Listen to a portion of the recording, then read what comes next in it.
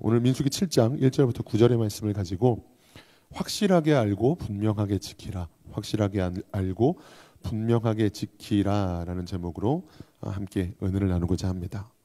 여러분, 성경에는 수많은 믿음의 사람들이 등장합니다. 성경 속에 등장하는 수많은 믿음의 사람이라고 하면 여러 사람들이 떠오르시겠죠. 누구는 요셉을 먼저 떠올리시는 분도 계실 것 같고, 다니엘을 떠올릴 수도 있을 것 같고, 모세가 떠오르기도 하고 아브라함이 떠오르기도 하고 많은 사람들이 있죠. 근데 그 중에서도 가장 많이 하나님을 사랑한 사람이라고 하면 혹시 누가 떠오르십니까? 가장 많이 하나님을 사랑한 사람, 하나님께 가장 많은 사랑 고백을 드린 사람은 누굴까요? 여러 사람이 있겠지만 다윗이 아닐까 싶습니다. 다윗이 하나님께 드린 수많은 사랑 노래가 뭐죠? 시편이죠. 내가 여호와를 사랑하나이다 라는 고백을 참 많이 하기도 했었고, 그의 삶으로 하나님을 사랑했던 사람이 다윗이었던 것 같습니다. 오늘 다윗에 대해서 좀 이야기를 해보려고 하는데요. 다윗이 어떤 사람인가 라고 하면 사무엘상 16장 7절에 보면 하나님께서 사무엘 선지자를 통해 다윗의 집에 찾아가십니다. 그리고 사울의 뒤를 이어 이스라엘의 왕이 될 사람에게 기름을 부으라고 말씀하시죠. 그때 하나님께서 사무엘에게 하셨던 말씀이 있습니다. 무슨 말씀을 하셨죠? 사람은 외모를 보지만 나는 중심을 보느니라 라고 말씀하셨죠. 그리고 나서 다윗에게 기름을 붓게 하십니다. 그렇다는 건 다윗이 어떻다는 얘기죠? 다윗의 중심이 하나님 보시기에 좋은 사람이었다, 하나님 보시기에 하나님의 마음에 합한 사람이었다라는 얘기가 되는 거죠. 바로 이 말씀을 하신 다음에 다윗을 선택하셨으니까요. 사람은 외모를 보지만 나는 중심을 본다고, 나 여호와는 중심을 보느니라 라고 말씀하신 직후에 다윗에게 기름을 부었으니까 그의 중심이 하나님 보시기에 합한 사람이었다라는 이야기가 됩니다. 또 하나, 다윗은 하나님의 군대가 골리앗에게 모욕을 당하자 이스라엘 모든 사람이 골리앗 앞에 두려워 떨면서 도망쳤을 때 너는 칼과 창과 단창으로 내게 나오지만 나는 네가 모욕하는 만군의 여호와의 이름으로 너에게 나아간다 라고 달려나가서 물맷돌로 골리앗을 쓰러뜨리고 쳐 죽였던 사람이기도 합니다. 그뿐만이 아니에요. 다윗은 언약궤를 모시는데도 힘을 썼던 사람이었습니다. 언약궤가 뭐죠? 법궤라고도 하고 언약궤라고도 하고 하나님의 궤라고도 하기도 하는, 언약궤는 하나님의 현현의 상징입니다. 하나님의 임재의 상징.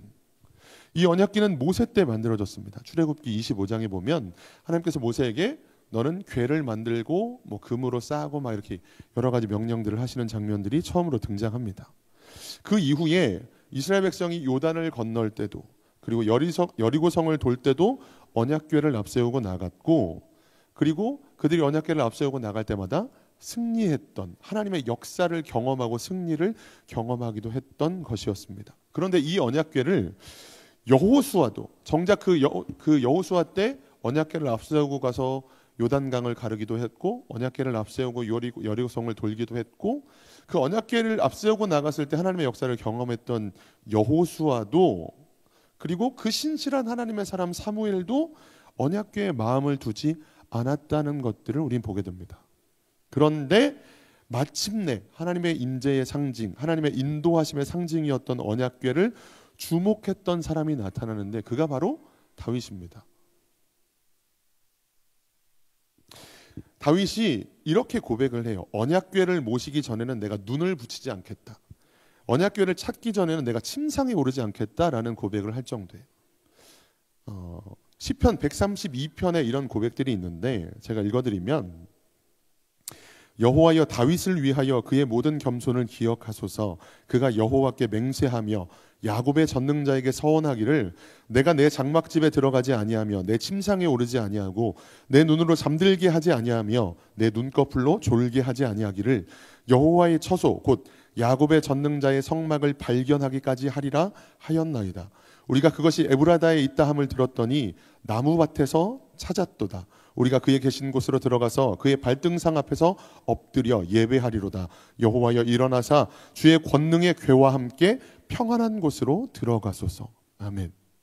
다시 말씀드리지만 언약궤를 발견하기까지, 그는 졸지도 자지도 않는다면 사실상 살 수 없죠. 얼마 못 가서 아마 죽게 될 텐데, 이것은 그만큼 다윗이 하나님의 성전, 하나님의 언약궤에 대한 사모함을 강조하는 표현이었다라고 보시면 될 것 같습니다. 어찌됐든 마침내 다윗이 하나님의 언약궤를 자신의 성으로 모셔오고자 하죠. 여호수아 때도 방치되었고 사무엘 선지자 때도 방치되었고 그 이후에도 계속해서 사람들의 관심을 받지 못하고 있던 언약궤를 자신의 성으로 모셔오고자 합니다. 이 사건이 사무엘하 6장에 소개돼요. 이 언약궤를 모셔오는 장면. 어떻게 소개하느냐? 이스라엘에서 뽑은 3만 명의 무리를 다윗이 모읍니다. 3만 명이라는 사람을 모아요. 그리고 새 수레를 만들어서 하나님의 궤를 싣고 아비나답의 집에서 그 궤를 싣고 출발합니다. 아효라는 사람이 궤 앞에서 가고 다윗과 이스라엘 온 족속이 여러 가지 악기, 수금, 비파, 소고, 양금, 재금으로 하나님 앞에서 연주를 하면서 성으로 갑니다. 그런데 그때 나곤의 타작마당에 이르렀을 때 소가 뛰면서 법궤가 떨어질 지경에 이르렀고 그때 웃사가 손을 들어 법궤를 잡게 됩니다. 그리고 어떤 일이 일어났죠? 그가 즉사하는 일이 벌어졌습니다. 언약궤를 다윗성으로 모시고자 했던 다윗의 모든 수고가 실패로 돌아가는 순간이죠. 우리는 오늘 이 점을 좀 살펴보고자 합니다. 다윗은 왜 실패했을까요? 다윗은 왜 실패했을까요? 제가 지금까지 다윗에 대해서 쭉 이야기했던 건 그가 얼마나 하나님을 사랑한 사람이었는지, 그리고 여호수아도 사무엘조차도 마음을 쓰지 않았던 하나님의 언약궤를 그는 얼마나 사모했던지, 내가 그것을 찾기 전까지는 편안히 눕지도 않을 거고 자지도 않을 겁니다 라고 얘기할 정도로 그렇게 고백했던 그가, 하나님 보시기에 참 그의 중심이 하나님 보시기에 마음에 들었던 그가 하나님의 언약궤를 모셔오고자 했는데 하나님은 왜 그 일을 실패하게 만드셨느냐라는 거예요. 물론 이 일이 실패로 돌아가게 된 데는 분명한 이유가 있습니다. 아시는 분들은 이미 아시겠지만 하나님의 궤는 수레에 실어서 운반하면 안 됩니다. 하나님의 궤는 어떻게 운반해야 되죠? 하나님의 궤는 어깨에 메고 옮겨야 합니다. 특별히 우리가 오늘 민수기 7장을 읽어봤는데 민수기 4장에 보면 하나님께서 모세와 아론에게 성막 안의 지성물에 대하여 할 일을 말씀하십니다. 이때 레위 지파 중에서도 고핫 자손, 게르손 자손, 무라리 자손이 각각 담당할 일들을 지정하시는데 이 세 자손 중에서도 언약궤는 고핫 자손의 후예들이, 고핫 자손만이 어깨에 메고 이동할 수 있었습니다. 그들도 만지는 날에는 반드시 죽을 거라고 이야기하셨고요. 자, 민수기 4장 15절 말씀 우리 찾아서 한번 읽어볼까요? 민수기 4장 15절입니다. 제가 가진 성경으로 198페이지 정도 있습니다. 민수기 4장 15절.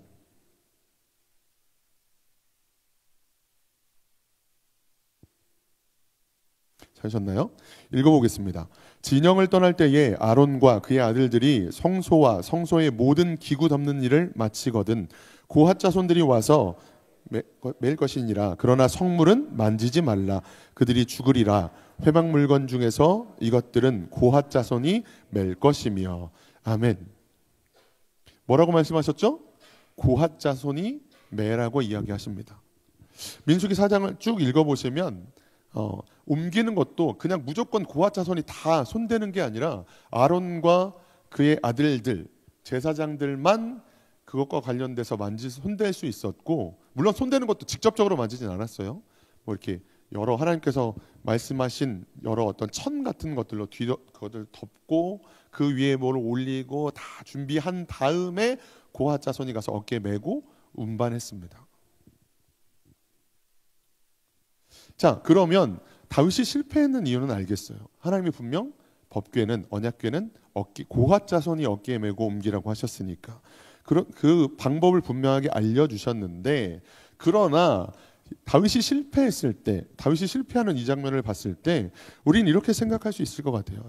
아무리 그래도 그렇지, 아무도 하나님의 임재의 상징인 언약궤에 관심을 두지 않았는데, 언약궤를 앞세우고 갔을 때 요단을 가르고 여리고성을 무너뜨렸던 여호수아도 관심을 두지 않았고, 신실한 하나님의 사람 사무엘조차도 언약궤를 모시는 일에 소홀했는데 수십 년 동안 방치되어 있던 언약궤를 사모하다가 마침내 찾아서 자신의 성으로 모시고 오려고 했던 그 다윗을 단지 어깨에 매지 않았다는 이유만으로 수레에 싣고 이동했다는 것만으로 하나님이 너무 가혹한 처사를 행하셨던 건 아닐까라는 생각을 할 수 있다라고 하는 거예요. 이렇게 생각할 수 있는 거죠. 다윗은 레위 지파가 아니다 보니까 이런 디테일한 내용까지는 모를 수도 있지 않을까요? 라는 생각을 할 수 있는 겁니다. 또 오늘 본문을 보면, 오늘 본문이 민수기 7장이잖아요. 민수기 7장인데 오늘 본문을 보면 이스라엘의 각 지파별 우두머리들이 모세 앞에 헌물을 내놓습니다. 그 헌물이 뭐냐면 수레와 소예요. 수레와 소. 그래서 이 수레와 소를 고핫 자손과 고핫 자손 아니고 무라리 자손과 게르손 자손에게 각각 그들의 직무대로 주는 장면이 오늘 본문의 내용입니다. 다시요. 아까 성소와 관련된 직무를 행하는 사람들이 민수기 4장에 소개되어 있다고 말씀을 드렸어요.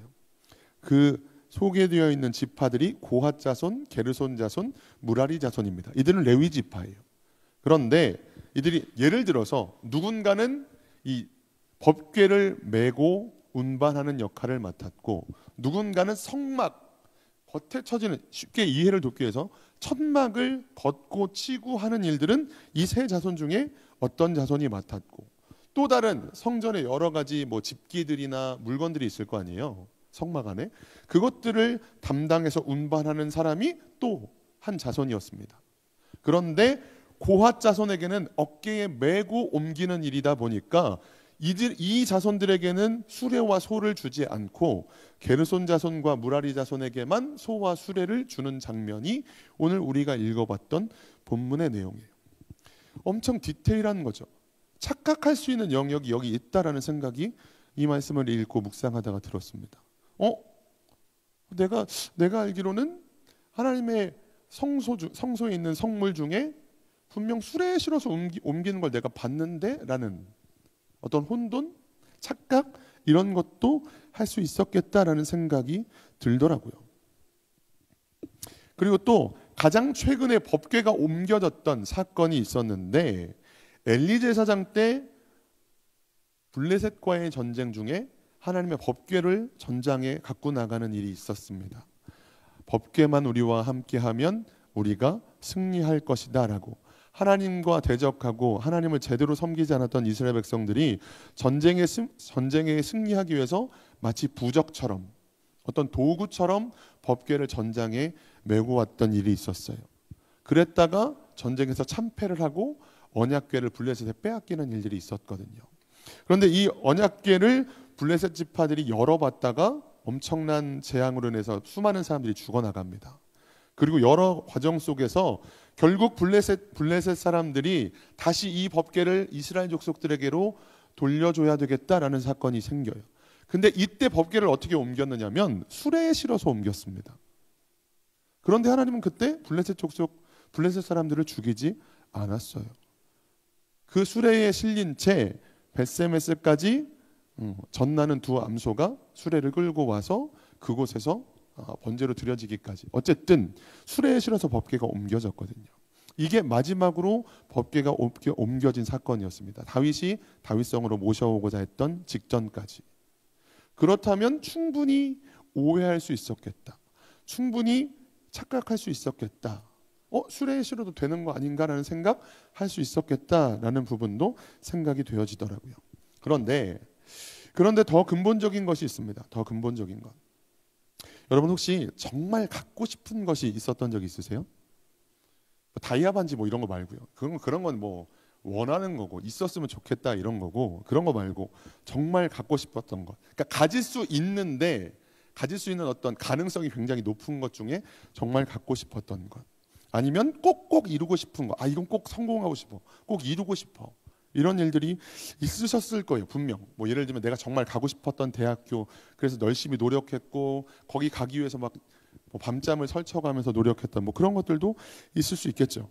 그런데 저한테는 어떤 경우가 있었냐면 지금이야 이제 스마트폰이 굉장히 대중화가 되었고 초등학생들도 스마트폰을 들고 다니는데, 그런데 제가 처음 스마트폰을 갖고 싶었던 때는 아직 스마트폰이 그렇게까지 대중화되지 않았던 때였어요. 근데 이제 슬슬 스마트폰이라는 게 있더라, 뭐 이런 기능도 있고 뭐 저런 기능도 있다더라, 그렇게 하던 때였어요. 근데 이게 너무 갖고 싶은 거예요. 너무 갖고 싶은데 지금도 스마트폰이 참 비싸지만 그 당시도 제 형편에서는 참 비싼 거였거든요. 몇십만 원, 거의 뭐 한, 정확히 기억은 안 나는데 최소 50만 원이 넘어가는 뭐 이런 정도의 것이었습니다. 근데 저는 제가 핸드폰을 바꿨던 저의 핸드폰의 역사가, 저보다 2살 많은 누나가 쓰다가 새로운 기종으로 바꾸면 저는 그걸 물려받았었거든요. 그래서 처음에 혹시 기억하실지 모르겠지만 핸드폰 벨소리가 단음이었던 때가 있었어요. 그러다가 뭐 8채널 멜로디로 바뀌고 뭐 16채널 멜로디로 바뀌고 막 이랬던 때가 있었는데, 그렇게 누나가 업그레이드를 할 때마다 업그레이드하고 전에 쓰던 걸 제가 물려받았었거든요. 근데 그런 저에게 스마트폰은 당연히 꿈도 못 꿀 만한 것들이기도 했었고, 그런데도 너무 갖고 싶다 보니까 제가 계속 알아보기 시작하는 거예요. 인터넷 막 다음 카페에 들어가고 네이버 카페에 가입하고 네이트 동호회에 들어가고, 그 당시 한 4개 5군데 정도 카페나 이런 동호회 같은 데 가입을 했던 것 같아요. 그래서 스마트폰을 사용하는 사람들의 모임 뭐 이런 데를 찾아서 들어가 가지고, 이렇게도 쓸 수 있구나, 저렇게도 쓸 수 있구나, 이런 기능으로도 활용하는구나 라는 것들을 몇 달간 계속 검색을 하면서 봤습니다. 오죽하면 나중에는, 그러니까 그렇게 했던 이유는 한 가지였어요. 그렇게 비싼 돈을 주고 내가 이거를 만약에 산다면 그만큼의 값어치를 내가 할 수 있을까? 내가 그만큼 활용할 수 있을까? 일단 갖기는 했는데 그만큼 활용하지 못한다면 이게 너무 가치 없는 것이 되어버리니까 그냥 갖기만 한다고 뭐가 되는 건 아니잖아요. 그래서 진짜 수많은 카페와 동호회에 가입하고 나서 매일같이 검색해서 보고, 이런 기능도 있는데 이런 것도 쓸 수 있겠네. 나 같으면 이 기능을 쓸 수 있을 것 같아 라는 것들을 확인하기 시작했어요. 그리고 그러면서 그래도 사는 건 아닌 것 같아, 사도 될까? 뭐 그런 고민들을 한참 하던 때 결국 저희 아내가 한마디 했습니다. 그냥 사 뭐 이렇게 해가지고 사게 됐던 일들이 있었는데, 결국 제가 지금 드리고 싶은 말은 그거예요. 내가 정말 갖고 싶은 것, 정말 이루고 싶은 것이 있을 때 그만큼 관심을 쏟고 그만큼 알아보게 되고 그만큼 노력을 하게 된다라고 하는 거예요. 근데 아까 우리가 살펴봤지만 다윗이 무슨 고백을 드렸죠? 하나님의 성막을 찾는 일, 하나님의 법궤를 찾는 일에 대해서 내가 이 일을 이루기 전까지는 편안히 잠도 자지 않겠습니다, 졸지도 않겠습니다, 눈도 붙이지 않겠습니다 라고 말할 정도로 이 일을 얼마나 사모했는지를 우리가 살펴봤다고요. 그런데 정작 그런 다윗이 그렇게 하나님의 언약궤를 모셔오는 일에 얼마나 기대했을 거고 얼마나 많은 준비를 했을 거고, 우리가 살펴봤지만 3만 명이라는, 지금도 3만 명은 적은 숫자가 아닐 텐데 그 당시에 3만 명의 사람들을 뽑아서 수많은 악기들과 함께 새로 수레를 만들고 온 정성을 다해서 노래하면서 연주하면서 언약궤를 모셔오는 중이었다고요. 근데 왜 하나님의 말씀대로 순종하지 않았을까라고 하는 겁니다. 왜 다윗은 자기가 레위 지파가 아니다 보니 이런 디테일한 내용까지는 몰랐을 수 있었겠지라는 생각은 우리가 할 수 있었겠지만, 그가 그렇게 사모하는 일이었다면 왜 그는 좀 더 알아보지 않았을까라는 생각도 동시에 드는 거다라고 하는 거예요. 그런데 우리가 지금 사무엘하 6장의 이야기를 나누고 있는데, 사무엘하 5장에 보면 5장의 마지막 부분까지 이런 표현들이 등장합니다. 다윗이 여호와께 여쭈어 이르되 라는 표현이 나옵니다. 19절과 23절에 나오는데, 19절에 보면 다윗이 여호와께 여쭈어 이르되 내가 블레셋 사람에게로 올라가리이까 여호와께서 그들을 내 손에 넘기시겠나이까 하니 여호와께서 다윗에게 말씀하시되 올라가라, 내가 반드시 블레셋 사람을 내 손에 넘기리라 하신지라. 아멘. 23절도 다윗이 여호와께 여쭈니 이르시되 올라가지 말고 그들 뒤로 돌아서 뽕나무 숲을 맞은편에서 그들을 기습하되 라고 되어 있어요. 이게 어디 있다고요? 다윗이 법궤를 가져오다가 실패했던 사무엘하 6장 바로 앞 5장 마지막 부분에 이 이야기가 소개됩니다. 우리가 다윗에 대해서 아는 또 한 가지 사실은 다윗은 매사에 하나님께 물었던 사람이었다는 거예요. 다윗이 여호와께 여쭈어 이르되 다윗이 여호와께 여쭈니, 그리고 만약 그가 여쭈었는데 하나님께서 응답하시지 않으셨다면 이해를 하겠지만 그가 여쭐 때마다, 그가 하나님께 물을 때마다 하나님은 이렇게 하라고, 쫓아가라고, 올라가라고, 아니면 돌아서 가라고 너무나 디테일하고 선명하게 알려주셨고, 그대로 순종할 때마다 승리하고 하나님의 역사를 경험했던 사람이었다고요. 바로 앞장까지 다윗이 여호와께 여쭈되. 그런데 바로 뒷장에 와서 그가 그렇게 사모하고 절대로 실패하고 싶지 않았을, 드디어 나의 소원이, 내가 꿈에도 그리던 하나님의 언약궤를 내가 모셔오는구나 했을 이 일을 정작 하나님께 여쭈어 보지 않고 있더라고 하는 거예요. 이것이 오늘 그가 실패했던 이유였다라고 하는 거예요.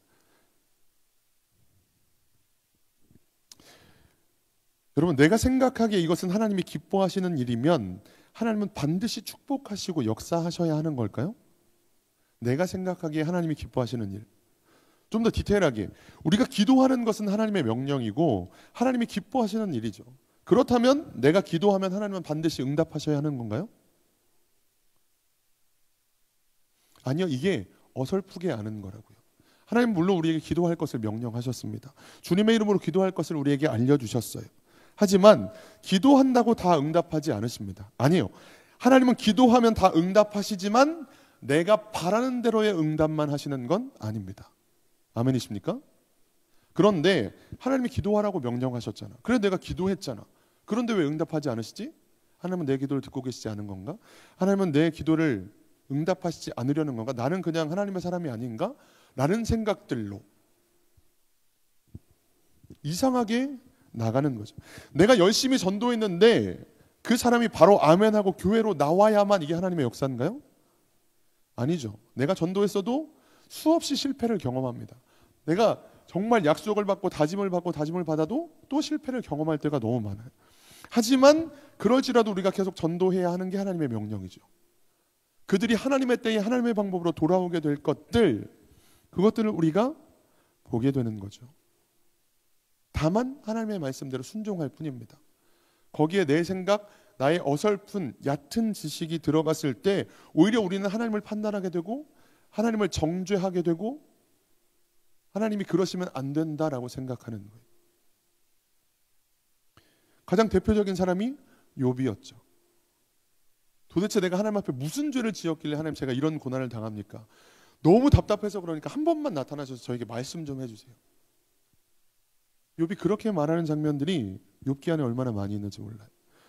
그리고 오늘 본문에서도 다윗이 웃사가 죽는 장면에서 다윗이 분을 발했다는 표현이 나옵니다. 바꿔 말하면 뭐가 돼요? 다윗이 화를 냈다는 이야기가 되는 거죠. 물론 그는 곧바로 돌이키긴 했습니다. 내가 생각하는 하나님의 뜻, 아니 그냥 내가 생각한 게 아니라 말씀에 그게 있어. 기도하라고 하셨어. 전도하라고 하셨어. 했는데 왜 역사가 나타나지 않아?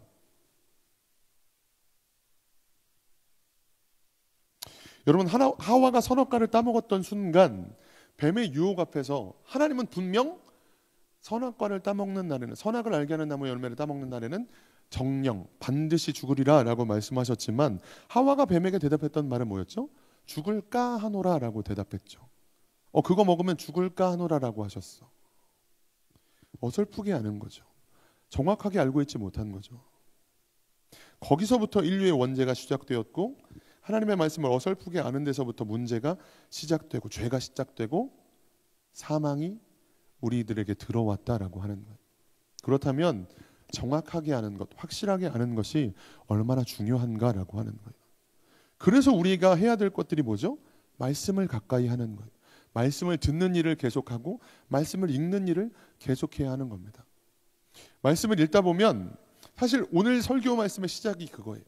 이런 부분이 있었어? 라는 겁니다. 이런 말씀이 여기 또 있었네. 각 레위 지파 중에 고핫 자손, 게르손 자손, 무라리 자손별로 그 자손별로 직임을 맡겨주신 장면 알고 있었어요. 어깨에 매야 하는 것도 알고 있었습니다. 그러나 수레를 헌물하고 소를 헌물했을 때 그것들을 다른 두 자손들에게는 그들의 직임을 따라 맡겼고 고핫 자손에게는 아예 주지 않았구나라는 장면들은 새롭게 보이더라고요. 그리고 나서 다윗으로까지 연결이 되더라고요. 어쩌면 다윗은 어설프게 알았던 건 아닐까. 게다가 반복적으로 그 직전에 수레가 옮겨졌던 장면은 블레셋 지파가 블레셋 사람들이 수레에 실어서 옮겼던 장면이 있었고 착각할 수도 있었겠구나. 어설프게 알았을 수도 있었겠구나. 그는 레위 지파가 아니다 보니. 하지만 여기까지는 사람의 합리화고 그 직전장을 보았을 때 그렇게 모든 일을 하나님께 여쭈었던 다윗이 하나님께 여쭈지 않았던 때에 이런 어려움이 그의 인생에 닥쳤다라고 하는 거예요. 물론 우리가 아는 것처럼 그는 다시 하나님의 방법으로 법궤를 모셔오고 계속해서 하나님과 동행하는 삶을 살아갑니다. 말씀을 마치겠습니다. 여러분은 얼마나 말씀을 가까이 하고 계십니까?